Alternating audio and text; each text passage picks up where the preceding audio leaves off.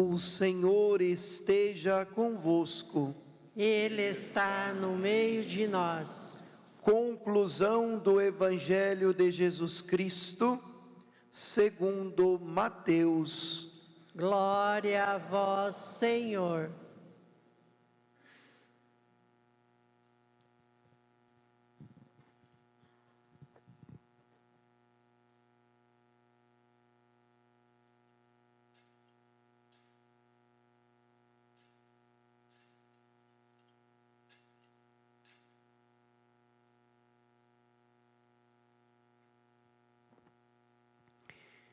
Naquele tempo, os 11 discípulos foram para a Galileia, ao monte que Jesus lhes tinha indicado. Quando viram Jesus, prostraram-se diante dele. Ainda assim, alguns duvidaram. Então Jesus aproximou-se e falou: Toda a autoridade me foi dada no céu e sobre a terra. Portanto, ide fazei discípulos meus todos os povos, batizando-os em nome do Pai e do Filho e do Espírito Santo, e ensinando-os a observar tudo o que vos ordenei. Eis que eu estarei convosco todos os dias, até o fim do mundo. Palavra da salvação. Glória a vós, Senhor.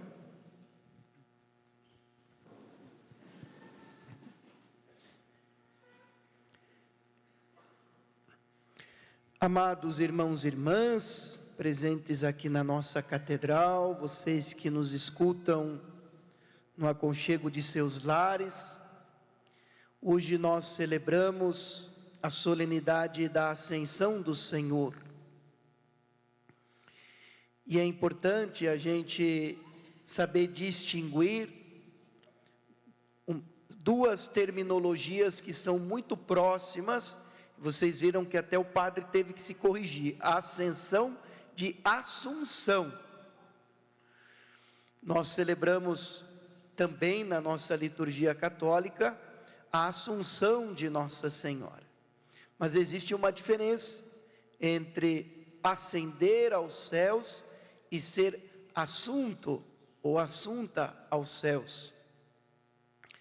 Então, ascender significa a própria pessoa que se eleva. A assunção, outros a elevam. É importante sabermos desta diferença, porque Maria não pode se elevar, porque ela não é Deus. Então ela, por Deus, é assumida, porque ela assumiu o projeto do Pai, abrindo o coração para gerar o Filho, Jesus, nosso Salvador, como celebramos neste tempo pascal. Então, ao assumir o projeto, ela é assumida. Jesus não. Jesus, ele ascende aos céus. Ele se eleva, porque ele é pessoa divina. Ele é a segunda pessoa da Santíssima Trindade. Então, celebrar Jesus que hoje se eleva, celebrar Jesus que hoje volta para o Pai, é celebrar a realização da obra da salvação que, como celebramos durante a Páscoa, ele realizou. Do Pai, ele veio, se encarnou no ventre imaculado da Virgem Maria, como nós meditamos no prólogo do Evangelho de São João. E o Verbo era Deus, e o Verbo estava com Deus, e o Verbo se fez carne no ventre imaculado de Maria, e habitou entre nós. e realizou aqui na terra este plano de salvação. Ainda que o homem teima em fechar o seu coração a Deus, Deus não desiste do ser humano. E na plenitude dos tempos, envia o seu filho, nascido de uma mulher, para realizar neste plano da carne, o resgate da carne. A carne que antes estava desorientada, o ser humano que não sabia para onde ir e o que fazer, mas como nós já temos conversado desde as liturgias no domingos anteriores, Jesus que vem dando instruções para os seus discípulos, Jesus que dá instruções para nós, e a gente lembrava isso, que as instruções dele são muito claras, precisas e objetivas. O manual de instrução de Jesus é simples: guardem os meus mandamentos e vivam o amor. Então, depois de ter realizado essa missão de salvação, de ter cumprido essa missão salvífica, e depois de 40 dias ter dado instruções para os discípulos, aparecendo para eles, atestando que ele havia vencido a morte, atestando que ele ressuscitou dos mortos, ele volta para o Pai. Ele se eleva e ocupa o trono à direita de Deus Pai. E claro,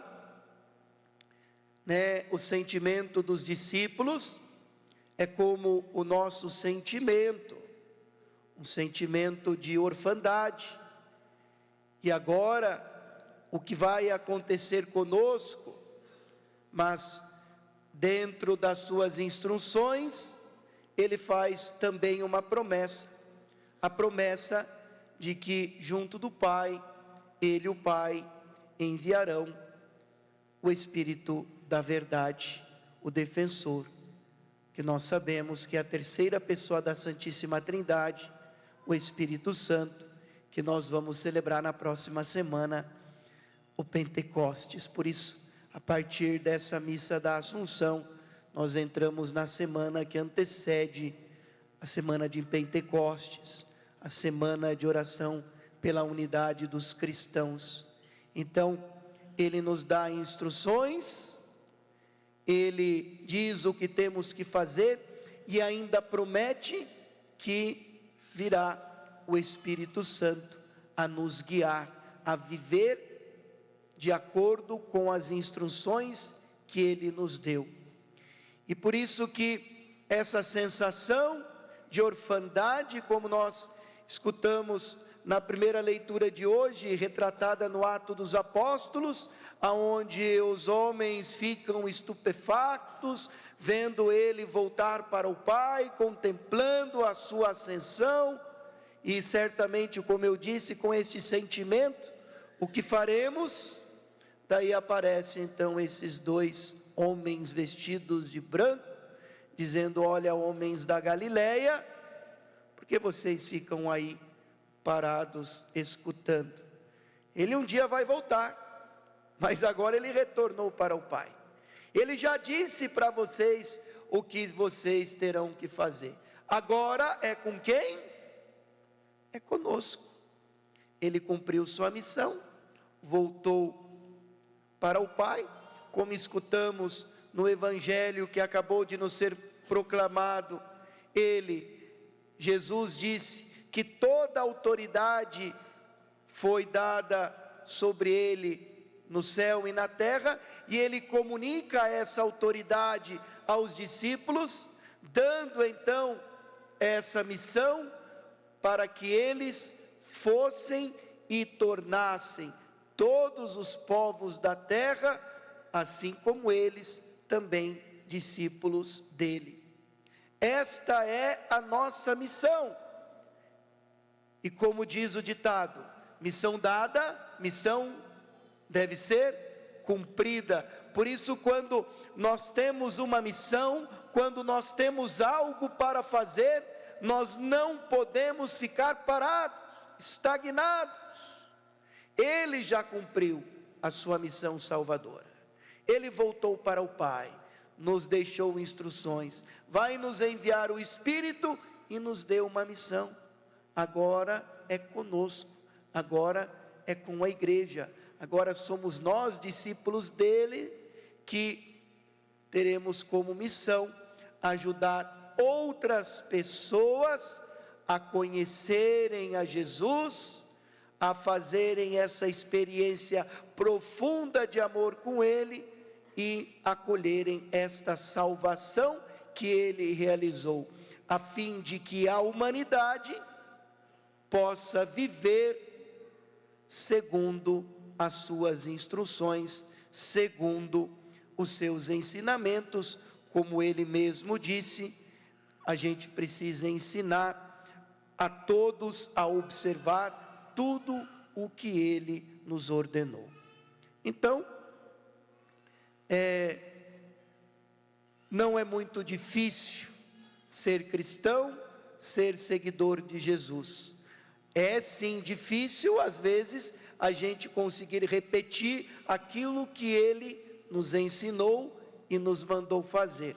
Nem sempre a gente acerta, porém, nós não podemos mais dizer que não sabemos o que fazer, não podemos dizer que estamos abandonados, porque como celebraremos na próxima semana, ele vai enviar o Espírito Santo, que vai conduzir a igreja, que vai nos conduzir, e que vai nos dar essa possibilidade de, mesmo não contemplando ele, enquanto pessoa, como os discípulos contemplaram, nós vamos contemplá-lo nos sinais sacramentais. Nós cremos na sua presença real, lá no sacrário, na Eucaristia. Daqui a pouco, o padre vai começar a segunda parte da missa, que é a liturgia eucarística, e vai consagrar o pão e o vinho, que vai se tornar no Santíssimo Corpo e Sangue de Jesus.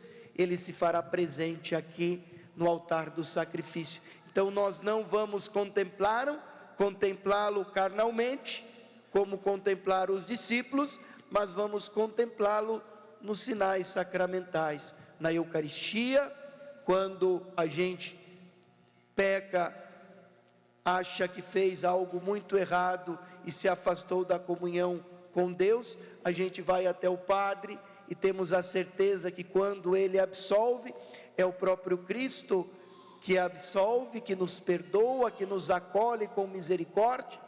Quando a criança é apresentada, ela é batizada, ela é inserida neste corpo místico de Cristo, que é a igreja. Então, nós ainda conseguimos contemplar Jesus, sentir a presença de Jesus nos sinais sacramentais que ele deixou para a igreja. Então veja, nós temos tudo.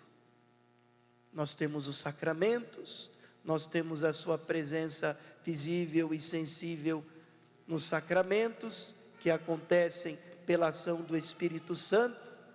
Nós temos muito bem claro o manual de instruções, o que nós devemos fazer, guardar os seus mandamentos e viver o amor, e nós temos uma missão bem clara, que é tornar as nações discípulas de Jesus, ajudar as pessoas, como eu dizia, a fazer essa experiência de amor, essa experiência profunda com ele, acolher a sua palavra, viver os seus ensinamentos, que aí a gente terá a certeza que a nossa vida, a vida do mundo, será muito melhor. Porque se há sofrimento, ou tanto sofrimento no mundo, é porque o homem ainda teima, a humanidade, alguns ainda teimam em não acolher Jesus, a não seguir Jesus e a não viver o que ele ensinou.